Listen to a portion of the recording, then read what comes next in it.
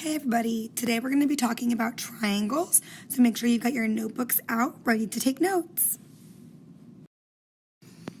One of the first things that we have to know about triangles is about their angles. That's how we're going to identify the different kinds of triangles. So as you can see here, this is called an obtuse angle because it is more than 90 degrees. And when we're talking about angles, we're talking about here at this vertice. If this is more than a 90-degree angle, it is obtuse. On the other hand, if it's exactly a 90-degree angle, it's going to be a right angle. You might see it indicated on shapes by having a little square there in the corner saying it's 90 degrees. And lastly, you might have an acute angle, which is any angle that is less than 90 degrees. It's acute. You think it's cute because it's small. So we identify triangles first based on their side lengths. Okay, so in an equilateral triangle, it means all three sides are the same length or are congruent. So you might see these three dashes on each of the sides. On the other hand, an isosceles triangle means that only two of the sides have equal length. And then lastly, you have a scalene triangle, and it has 0 congruent sides, and it also means that no sides have the same length. So we are also able to classify triangles based on their angles.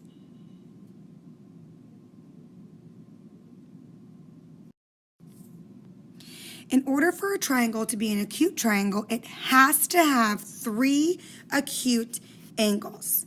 Now, the different kinds of triangles that can be acute triangles are going to be equilateral, scalene, or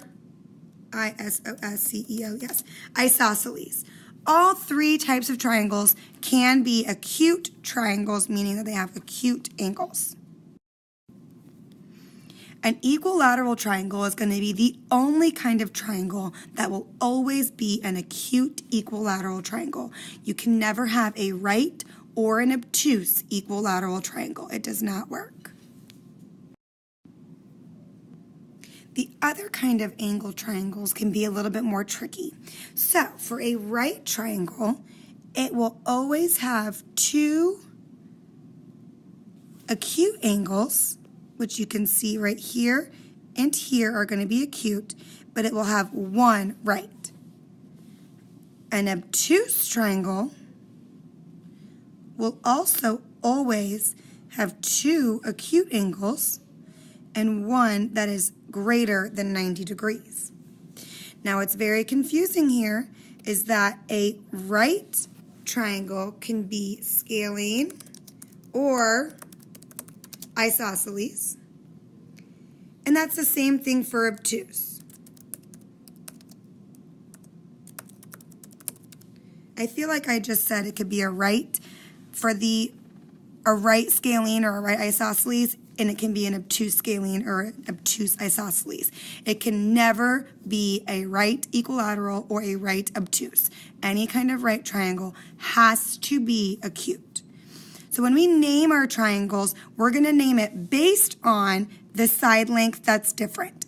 So when I'm naming triangles, I could say this is going to be, it looks like a right isosceles because it looks like it has 2 congruent sides. And because that 1 right angle is going to be the deciding factor, we will never name it an acute right isosceles triangle. We never include 2 different angle names, just 1. Just like this other diagram over here, since I know that it's going to be obtuse and it looks like it has no congruent sides, this triangle should probably be a scalene obtuse triangle, while this one over here is an isosceles right triangle. So I hope that you guys learned a lot about triangles today and how we categorize triangles. Please make sure you take the 5-question Google Classroom quiz so I can see how much you learned.